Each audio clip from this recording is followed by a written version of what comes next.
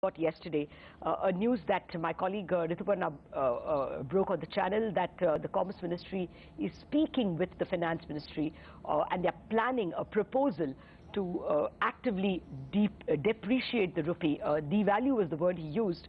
Now this is a very common Commerce Ministry demand. Thereafter I caught up with Shaktikanta Das, the Secretary, Department of Economic Affairs, and of course he has vehemently denied that any such plan is on the table. Let's hear out what Mr. Das had to say. Okay, before we get to what he had to say about the rupee, the other thing that I spoke with him was about the monetary policy and the Monetary Policy Committee. Das was actually pretty confident that the Monetary Policy Committee may be announced before the October 4th policy itself.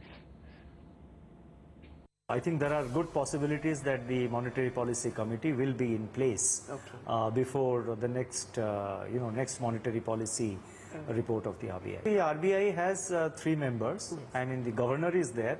There is a deputy governor today who is in charge of monetary policy, and there is the other nominee representing the central bank. So RBI has its 3 members. Now, once the government appoints the 3 other members, the Monetary Policy Committee can have its meeting. Complete. And I would expect it should happen. There are good possibilities that it should happen.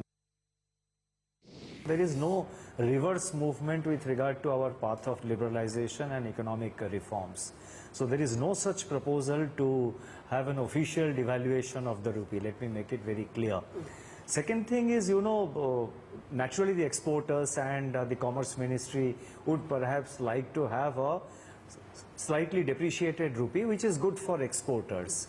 And that's a matter which, taking into account all aspects of the economy, the central bank, that is the Reserve Bank of India, will take a call.